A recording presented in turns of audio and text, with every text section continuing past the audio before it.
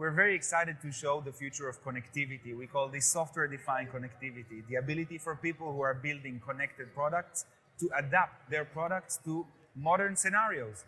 So what are these modern scenarios? We're seeing today a lot of humanoid robots, a lot of delivery, drone. We like to say those are Linux with wheels, Linux with legs, Linux with propellers.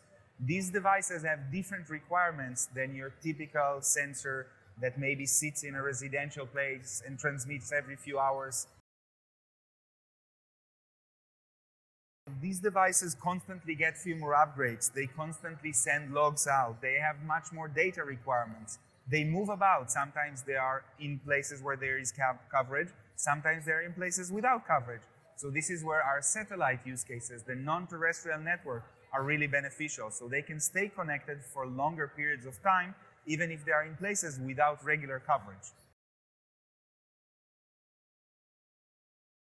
So we believe that everyone who develops a product needs one centralized location to manage all of his connectivity needs.